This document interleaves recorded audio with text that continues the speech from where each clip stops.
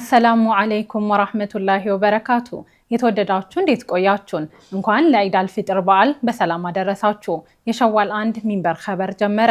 ፋይዛ መሐመድ የኢድ ጉዳዮች ብቻ የተካተቱበትን ሚንበር ኸበር እየመራው ከናንተ ከተመልካቾች ጋር ቆያለሁ። እስከ ፍጻሜው አብራችሁን እንድትዘልቁ በአክብሮት እየጋበዝኩ ወደ ቀዳሚው ኸበር አልፋለሁ። የኢትዮጵያ እስልምና ጉዳዮች ጠቅላይ ምክር ቤት የ1447ኛ ዓመተ ሂጅራ የኢድ አልፊጥር በዓል ልዩ መልእክት አስተላለፈ። ጠቅላይ ምክር ቤቱ ምዕመናን በዓሉን ሲያከብሩ የተቸገሩ ወገኖችን በማገዝ እንዲሆን ጥሪ አቅርበዋል። ተጨማሪ አለን። የተከበራችሁ ውድ ምዕመናን እንኳን ለ1447ኛው ዓመተ ሂጅራ የረመዳን ኢድ አልፊጥር በዓል በሰላም አደረሰን አደረሳችሁ። የተከበራችሁ ውድ ምዕመናን እንደሚታወቀው ረመዳን ብዙ ኸይራትን ይዞልን መጥቶ አሰርቶን አሳትፎን የሄደ ወር ነው። ይህ በረመዳን እየሰራነው የነበርነውን ኸይር ስራዎችን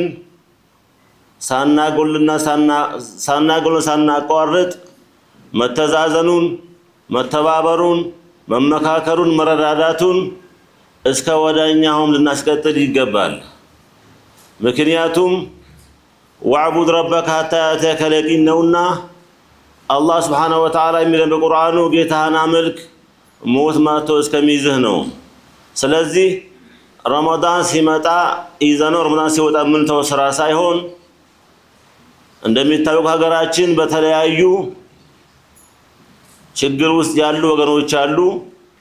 ስለዚህ እነሱን ብቻ ረመዳን ላይ ሳይሆን ከረመዳን በኋላ ከዓመት እስከ ዓመት የማይቋረጥ ድጋፍ በማድረግ ረመዳን ላይ የምንሰራ ስራዎችን በማስቀጠል ከምን ጊዜውም በላይ ከመንግስታችን ጎን በመቆም እቺን ሀገር ማሻገር ይኖርብናል። ሳናነሳ ማናልፈው ባለፈው በሀገራችን ኢትዮጵያ በደቡብ ኢትዮጵያ የተከሰተው ክስተት በጣም ልባችንን ሰብሯል፣ በጣም አዝነናል። ስለዚህ እንዲህ ያሉ ችግሮችን ሰው ሰራሽ ሆነ ተፈጥሯዊ አደጋዎችን በጋራ እንደ ህዝብ እንደ ኢትዮጵያዊነት ሁላችንም እጅ ላይ ተያይዘን መረዳዳት፣ መደጋገፍ፣ መተባበር ይኖርብናል።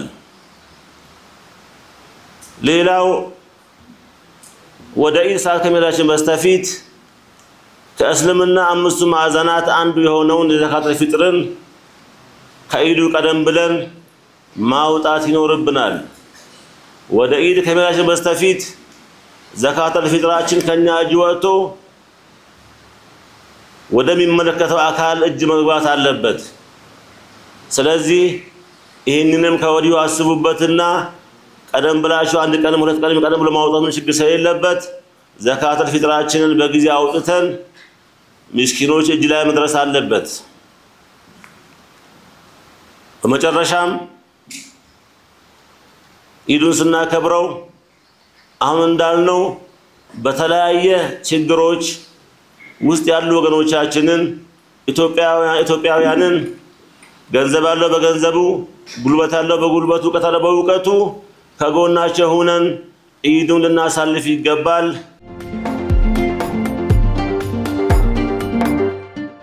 በተመሳሳይ ጠቅላይ ሚኒስትር አብይ አህመድ ለ1447ኛ ዓመተ ሂጅራ የኢድ አልፊጥር በዓል የእንኳን አደረሳችሁ መልእክት አስተላልፈዋል። ተጨማሪ አለን። ጠቅላይ ሚኒስትር አብይ አህመድ በነገው ዕለት ለሚከበረው የ1447ኛ ዓመተ ሂጅራ የኢድ በዓል የእንኳን አደረሳችሁ መልእክት አስተላልፈዋል። በዚህ መልእክታቸው በህዝበ ሙስሊሙ ዘንድ ኢድ አልፊጥር የበረከት በዓል ተደርጎ ይታመናል ያሉት ጠቅላይ ሚኒስትር ረመዳንም የአላህ ሱብሓነሁ ወተዓላ ደግነት የሚገለጥበት ውድ ስጦታዎችን ለሰው ልጆች የሰጠበት ወር ነው። ቁርአን ወደ ምድር የወረደበት፣ ጀሃነም ተዘግቶ የጀነት በሮች የሚከፈቱበት፣ ሁሉም እንደ እምነቱ ጽናትና እንደ አላህ ሱብሓነሁ ወተዓላ እዝነት ምንዳ ምንዳዎችን የሚያገኝበት ወቅት በመሆኑ ህዝበ ሙስሊሙ ዘወትር የረመዳንንና የዒደል ፊጥርን መምጣት በጉጉት ይጠብቃል ብለዋል። በዒደል ፊጥር ከፈጣሪ በረከት የሚቸራቸው የረመዳንን ወር በጾምና በዱዓ ያሳለፉት ናቸው። በበዓሉ መምጣት የሚደሰቱትም ረመዳንን በመልካም ተግባር ለማሳለፍ የበረቱ ናቸው። በተቀደሰ ወር ከክፋት የተቆጠቡ ለድሆችና አቅመ ደካሞች ዘካ የሰጡ የበደሏቸውን ይቅር ለማለት የደፈሩ በሐሴትና በመንፈሳዊ ኃይል ተሞልተው ለዒዱ ይደርሳሉ። በተቃራኒው ለዱዓ የሰነፉና ለመስጠት የሰሰቱ ከፈጣሪ በረከት አያገኙም ሲሉ ገልጸዋል። ረመዳን ቤተሰብ የሚገናኝበት፣ ህሊና የሚሰበሰብበት፣ ሰውነት የሚገራበትና መንፈስ የሚቀናበት ወር ነው። ዒደል ፊጥር ደግሞ የሰውን ልጅ ጤናማ ግንኙነቶች የሚያመለክት በዓል ነው። የሰው ልጅ ከፈጣሪው ጋር፣ ከራሱ ጋር፣ ከወገኑ ጋር የሚኖረው ግንኙነት ጤናማ ካልሆነ ጠቅላላ ህይወቱ ጤናማ አይሆንም። በረመዳን ወቅት ጾሙ ሰዎችን ከራሳቸው ጋር ሲያገናኛቸው፣ ሰላትና ዱዓ ከፈጣሪያቸው ጋር ያገናኛቸዋል። ኢፍጣርና ዘካ ደግሞ ከማህበረሰቡ ጋር ያገናኛቸዋል። ኢትዮጵያውያን ጤናማ ህይወትን መምራት እንድንችል እነዚህን ሶስቱን ጤናማ ማድረግ አለብን ብለዋል። ሰው ከፈጣሪውና ከራሱ ጋር ያለው ግንኙነት ጤናማ ካልሆነ ለማህበረሰብም ለሀገርም ጠንቅ ነው። ሰው ከራሱ ጋር እየተጋጨ ከኖረ ከሁሉም ጋር ይጋጫል። ዛሬ ጦርነትን ባህል፣ ዝርፊያን ልማድ፣ ጥፋትን እሴት፣ ውድመትን ክብር አድርገው የሚኖሩ ሰዎች የመጀመሪያው ችግራቸው ከፈጣሪያቸውና ከራሳቸው ጋር አለመስማማት ነው። ውስጣዊ ባህሪያቱ ያልተስማሙለት ሰው ከማንም ጋር አይስማማም። እርቅ፣ ሰላም፣ ፍቅር፣ መግባባትና መስማማት የሚባሉት ነገሮች አይገቡትም። የእስልምና ዋናው መሰረቱ ሰላም የሆነው ለዚሁ ነው። ሰላም ማለት ከራስና ከአካባቢ ጋር በጤናማ ግንኙነት ለመኖር መቻል እንደሆነም ገልጸዋል። የዘንድሮውን የዒድ በዓል ስናከብር በዓለማችን ስለ ሰላም የሚነገረውን ያህል የዓለም ህዝቦች በሰላም መኖር ለምን አልቻሉም ብለን እንጠይቅ ሲሉ ጥሪ አቅርበዋል። ከሶስት አካላት ጋር የታረቁ ሰዎች ብርቱዎች ናቸው ያሉት ጠቅላይ ሚኒስትር አብይ ከራሳቸው ከማህበረሰባቸውና ከፈጣሪያቸው ጋር እንደ ኢትዮጵያዊ እኛም ራሳችንን የገዛን ፈጣሪን የምንፈራና ለማህበረሰብ ሰላምና እድገት የምንጨነቅ መሆን አለብን። ኢትዮጵያ የምትበለጽገው በዜጎቿ እንጂ በሌላ አይደለም። ዜጎች ሲገነቡ ትገነባለች። ዜጎች ሰላም ሲሆኑ ሰላም ትሆናለች። ዜጎቿ ሲስማሙ የብልጽግና ጉዞዋ ይሰምራል። የኢትዮጵያ መበልጸግ የሌላ ሳይሆን የኛ መበልጸግ ነው። ስለሆነም ኢትዮጵያ እንድትበለጽግ የሚፈለግብንን መስዋዕትነት ሁሉ የመክፈል ኃላፊነት የኛ ነው። የኛ ልፋት ከዛሬ አልፎ ለትውልድ ይተርፋል። ሀገር መውደዳችን የሚታወቀውና መልካም ዜግነታችን የሚገለጠው በስራችን ነው። ይሄን የዒደል ፊጥር በዓል እነዚህን መልካም እሴቶች እያሰብን ሶስቱን ጤናማ መስመሮችም እያጸናን እንድናከብረው አደራ ላለሁ ብለዋል።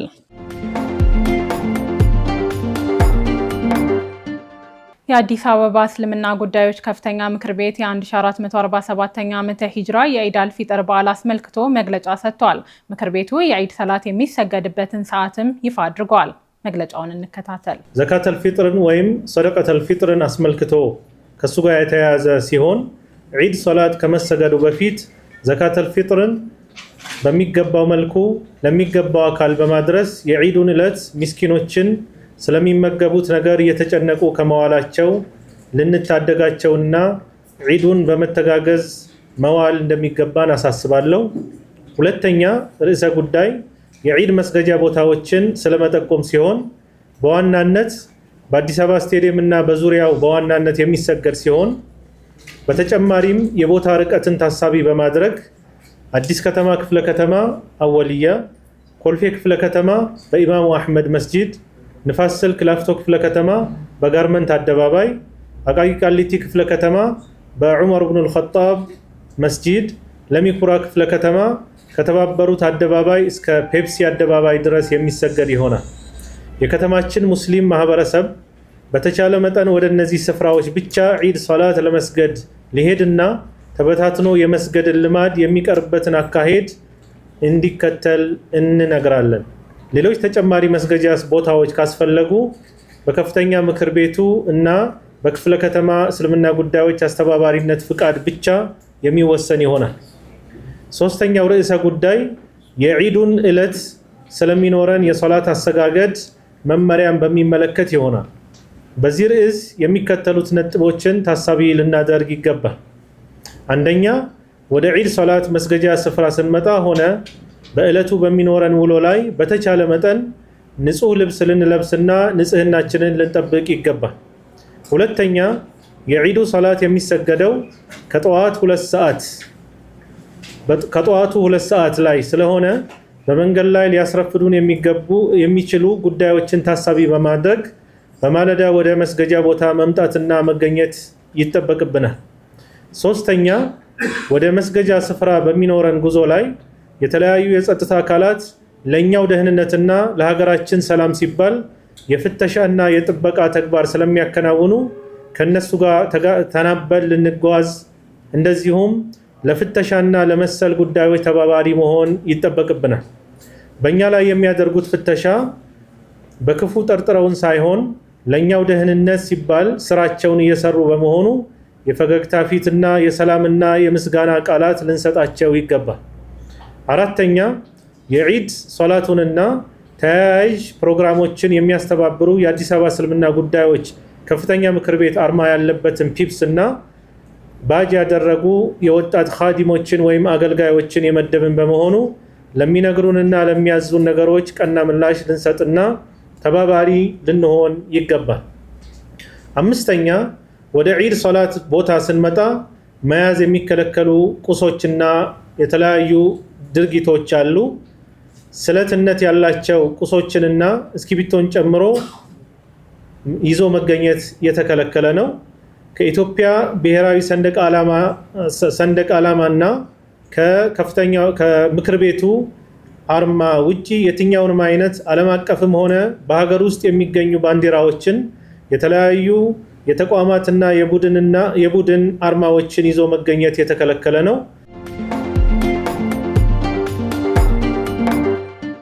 የኢድ አልፊጥር በዓል ስናከብር የተቸገሩ ወገኖችንና የቲሞችን በመደገፍ ሊሆን እንደሚገባ የኦሮሚያ ክልል ከፍተኛ የእስልምና ምክር ቤት ጥሪ ያቀረበ። የኦሮሚያ እስልምና ጉዳዮች ከፍተኛ ምክር ቤት በነገው ዕለት የሚከበረውን የ1447ኛ ዓመተ ሂጅራ የረመዳን ጾም መጠናቀቂያ የሆነውን የኢድ አልፊጥር በዓል አስመልክቶ ለህዝበ ሙስሊሙ የእንኳን አደረሳችሁ መልእክት አስተላልፏል። ከፍተኛ ምክር ቤቱ ለመላው ህዝበ ሙስሊም የኢድ አልፊጥር በዓል የእንኳን አደረሳችሁ የመልካም ምኞት መልእክት ያስተላለፈው በአዲስ አበባ ቦሌ ቡልቡላ በሚገኘው ዋና ጽህፈት ቤቱ በሰጠው መግለጫ ነው። መግለጫውን የሰጡት የኦሮሚያ እስልምና ጉዳዮች ከፍተኛ ምክር ቤት ተቀዳሚ ምክትል ፕሬዝዳንት ሼክ መሐመድ ኑር አህመድ፣ የከፍተኛ ምክር ቤቱ ምክትል ፕሬዝዳንት ሼክ ታጁዲን ኸድር እንዲሁም ዋና ጸሐፊው ዶክተር መሐመድ ሐኪም ናቸው። ህዝበ ሙስሊሙ የኢድ አልፊጥር በዓልን ሲያከብር አቅመ ደካሞችን፣ የቲሞችንና በተለያዩ ችግሮች ውስጥ የሚገኙ ወገኖቹን በማሰብና ድጋፍ በማድረግ ዕለቱን ተደስተው እንዲያሳልፉ የበኩላችንን መወጣት አለብን ሲሉ የምክር ቤቱ ከፍተኛ አመራሮች በሰጡት መግለጫ ጥሪ አቅርበዋል። ከዚህ ጋር ተያይዞ በሰው ሰራሽና የተፈጥሮ አደጋዎች የተጎዱ ወገኖችን መደገፍና ማበረታታት ሌላው ትኩረት ሊሰጠው የሚገባ ጉዳይ ነው ሲሉ አክለዋል። ከዚህ በተጨማሪም በታላቁ የረመዳን ወር ውስጥ ስናከናውናቸው የነበሩ መረዳዳት፣ መደጋገፍና መተሳሰብ የመሳሰሉ መልካም ተግባራትን ከረመዳን ውጪ ባሉ ጊዜያትም ልናስቀጥል ይገባል ብለዋል። ለሰላምና አንድነት ቅድሚያ መስጠት አስፈላጊ መሆኑንም ከፍተኛ አመራሮቹ በመግለጫው ጠቁመዋል።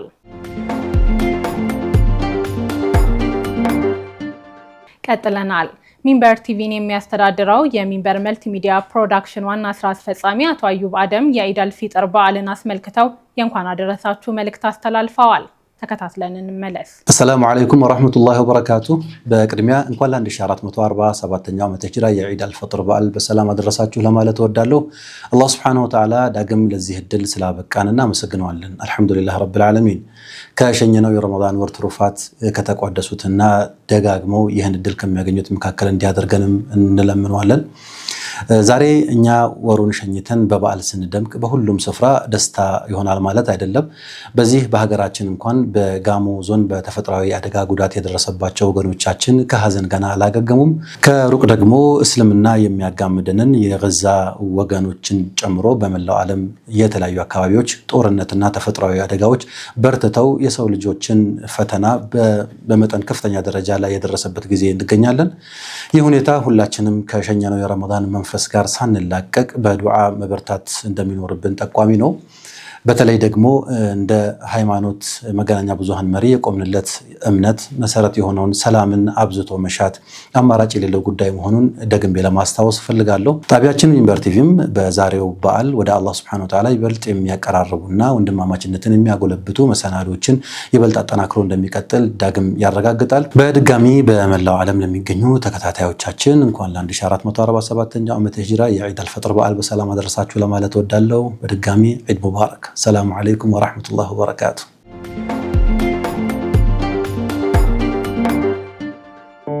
ውድ የሆነውን ሕይወት ከጅማሬ አንስቶ እየተከታተልን ወደ ነገ መዳረሻዋ በሰላም እንድትደርስ እየተንከባከብናት ማደሪያዋ የሆነውን አካሉን በጥራት እየመረመርን ለጤናው ስንተጋ 23 ዓመታት ተቆጠሩ። ኢትዮ ጠቢብ ሆስፒታል በአማኑ ቀንም ሆነ ጊዜ ከመዳፎ ሊያመልጥ በሚሮጥበት ፈታኝ ወቅት ከመጡ እርሶን ወክለን ከጊዜ ጋር እንሽቀዳደማለን። የልጅ ምኞቱ ህልም ሆኖ የሚቀር ሲመስል ወላጆች ልናደርጉ ከልብ እንሰራለን። መንፈስና ስጋው ሲዝሉ በጠቢብ እጆች እርዳታ በርትተው የህይወትን ግሩምነት እንደ አዲስ ያያሉ። የትኛውም የጤና እክል ወደኛ ቢያመጣው ከፈገግታው ጋር እንጂ ከህመሙ ጋር እንዳይመለሱ በሙያችንና በሰብአዊ ፍቅራችን ልናክሞ ቃል አለብን። አምነውን የህይወቱን ነገር ሰጥተውናልና ዋና ጉዳያችን የእርሶ ጤና ነው። ኢትዮ ጠቢብ ሆስፒታል ሁሌም ለጤናው እንተጋለን።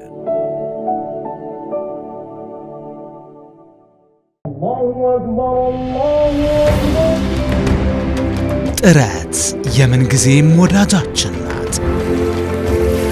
ድካም ከሥራ የሚፈጠር ስሜት፣ ራሚስ ከድካሞ የሚያርፉበት ተስፋ፣ ንግድ የልፋቶን የሚመነዱበት ሱና፣ አማና እንደ ወንዛችን ገባር ምንጮች በጋራ የገነባነው ተቋም ራሚስ ባንክ ሁልጊዜም ግቦን የሚያሳኩበት ዕድል አለ። እኛ ጥረትን ከሚወዱት ጋር ነን። እነዚህ ልማዶቻችን ተቋም ሆነው ራሚስ ባንክን ፈጥረዋል። ስኬት ደግሞ ከጥረቱ ጋር የሚመጣ በረከት ነው። በባንካችን የሞባይል ባንኪንግ፣ የኤቲኤም እንዲሁም የኢንተርኔት ባንኪንግ አገልግሎቶቻችንን ተጠቃሚ ሆኑ። ራሚስ ባንክ ሙሉ በሙሉ ከወለድ ነፃ ባንክ። ኢድ ሙባረክ።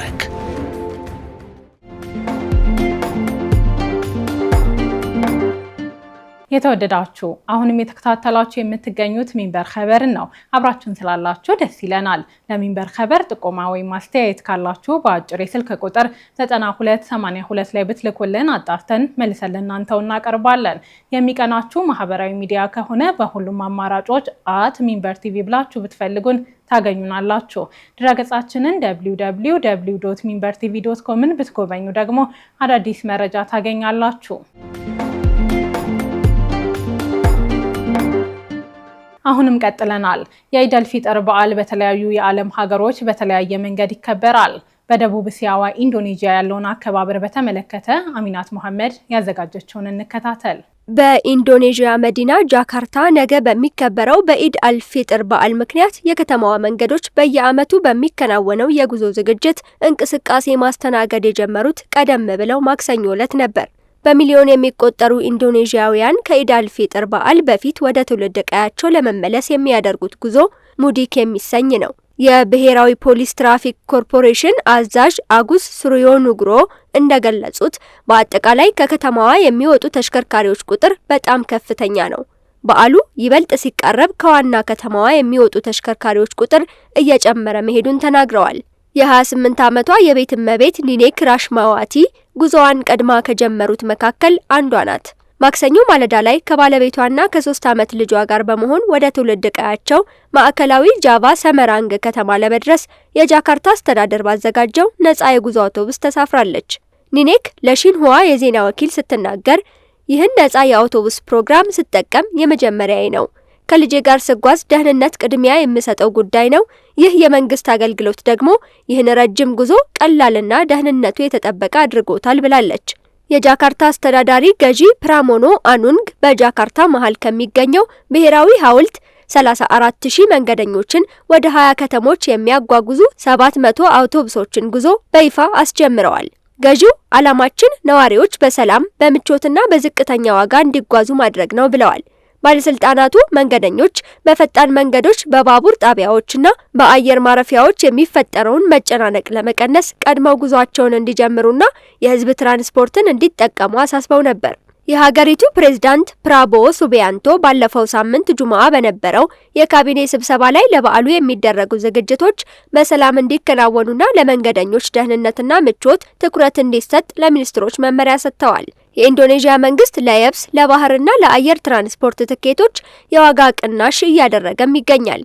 የትራንስፖርት ሚኒስቴር ባደረገው ጥናት መሰረት ዘንድሮ ወደ 144 ሚሊዮን ገደማ ዜጎች ወይም 50.6 በመቶ የሚሆነው የሀገሪቱ ህዝብ በበዓሉ ወቅት ጉዞ ያደርጋሉ ተብሎ ይጠበቃል። ምዕራብ ጃቫ ወደ 31 ሚሊዮን የሚጠጉ ትልቁ ተጓዦችን እንደሚያስተናግድ ሲጠበቅ ምስራቅ ጃቫና ጃካርታ ይከተላሉ። ማዕከላዊ ጃቫ አሁንም ድረስ ከፍተኛ መዳረሻ ሆኖ የቀጠለ ሲሆን በግምት ወደ 39 ሚሊዮን ሰዎች ወደ ትውልድ ከተማቸው ይመለሳሉ ተብሏል። በሌላ በኩል ፍጥነትና ምቾትን የሚመርጡ መንገደኞች የጃካርታ ባንዱንግ ፈጣን ባቡርን ተጠቅመዋል። የ28 ዓመት አካውንታንት ቡዲ ሳንቶሶ የ45 ደቂቃ ጉዞ የሚፈጀውን መንገድ ይህን ዘመናዊ ባቡር በመጠቀም ወደ ትውልድ ስፍራው እያመራ ጋዜጠኞች አግኝተውታል። ቡዲ ፈጣን ባቡር ሁሉንም ነገር ቀልጣፋ ያደርገዋል፣ በጣም ምቹ፣ ንጹህና ጸጥ ያለ በመሆኑ ለሚከፈልበት ዋጋ የሚመጥን ነው ብለዋል። ይህ የጉዞ ሂደት ከሰዎች እንቅስቃሴ ባለፈ የኢንዶኔዥያን የቆየ የቤተሰብ ትስስር እሴትና የህዝብ አገልግሎቶች ከዕለት ተዕለት ህይወት ጋር ያላቸውን ውህደት የሚያንጸባርቅ መሆኑ ይነገርለታል።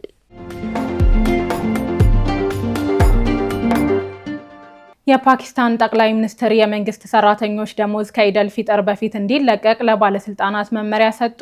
ጠቅላይ ሚኒስትር ሸህባዝ ሸሪፍ ከኢድ አል-ፊጥር በፊት የመንግስት ሰራተኞች ደሞዝ እንዲለቀቅ ለባለስልጣናት መመሪያ በመስጠት ተግባራዊ አድርገዋል። መመሪያው የተሰጠው ከቀጠናው ግጭት ጋር በተያያዘ በተከሰተው ውጥረት የቁጠባ እርምጃዎችን፣ የእርዳታ ተነሳሽነቶችንና የነዳጅ ክምችት አያያዝን ለመገምገም በጠቅላይ ሚኒስትሩ በተመራ ስብሰባ ወቅት ነው። በስብሰባው ወቅት ለህዝቡ እፎይታ ለመስጠት ተጨማሪ እርምጃዎችን በተመለከተ ምክክር እየተደረገ እንደሚገኝ ገልጸው በመንግስታቸው ወቅታዊ እርምጃዎች ምክንያት በሀገሪቱ በቂ መጠን ያለው የፔትሮሊየም ምርቶች መኖራቸውን አረጋግጠዋል። የፓኪስታን ካቢኔ ባወጣው መግለጫ መሰረትም መጋቢት 20 እና መጋቢት 21 የኢድ አል-ፊጥር ኦፊሴላዊ የህዝብ በዓላት መሆናቸው ታውጇል።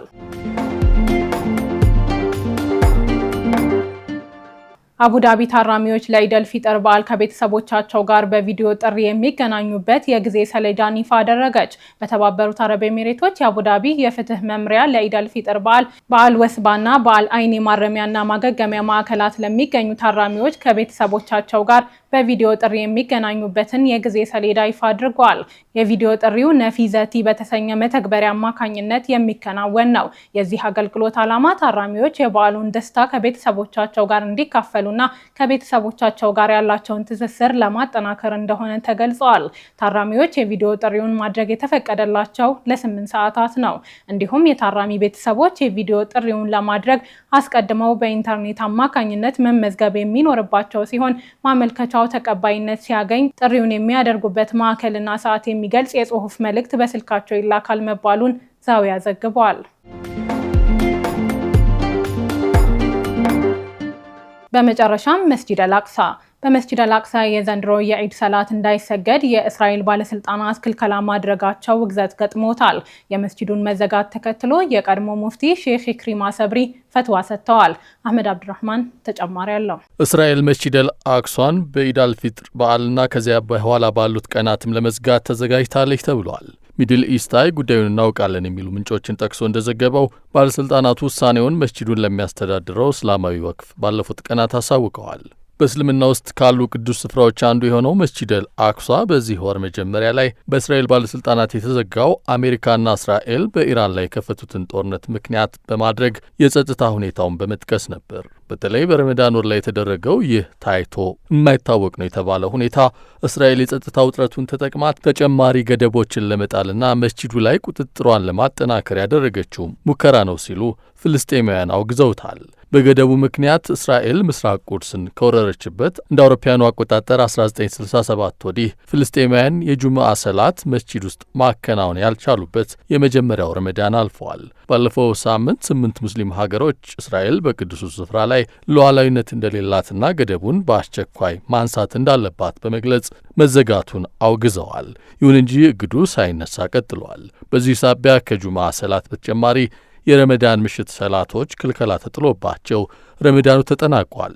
መስጂዱ ከተዘጋበት ጊዜ አንስቶ በአንድ ጊዜ ከ25 በላይ የወቅፍ ሰራተኞች ወደ ቅጽር እንዳይዘልቁ ክልከላ ተጥሏል። ፖሊስ ለወቅፍ ሰራተኞች ለተጨማሪ ሰው መግባት የሚፈቅዱ ከሆነ የእስራኤል ሰፋሪዎችም በመስጂዱ ላይ የሚፈጽሙትን ወረራ እንዲቀጥሉ ፈቅዳለሁ ብለዋል። የወቅፉ ኃላፊዎች የእስራኤል ኃይሎች በመስጂድ አልአቅሳ ውስጥ በሚገኙ የሰላት ክፍሎች ውስጥ ካሜራዎችን እንዳስቀመጡ ጥርጣሬ እንዳላቸው ገልጸዋል። ይህንኑ ተከትሎ የመስጂድ አልአቅሳ ዳኢና የቀድሞ የቁድስና የፍልስጤም ግዛቶች ሙፍቲ ሼህ ኢክሪማ ሰብሪ ምዕመናን በተቻለ መጠን የኢድ ሰላትን በመስጂዱ አቅራቢያ በሚገኙ ቦታዎች ላይ እንዲሰግዱ ሃይማኖታዊ ብያኔ ሰጥተዋል። የፍልስጤም መገናኛ ብዙሃን እንደዘገቡት ሁሉም ሙስሊሞች ወደ መስጂድ አልአቅሳ በተቻለ መጠን ቅርብ ሆነው እንዲሰግዱ ያሳሰቡት ሼህ ኢክሪማ በተጨማሪም በመላው ቁድስ የሚገኙ መስጂዶች እንዲዘጉና የኢድ ሰላት በውስጣቸው እንዳይሰገድ ጥሪ አቅርበዋል።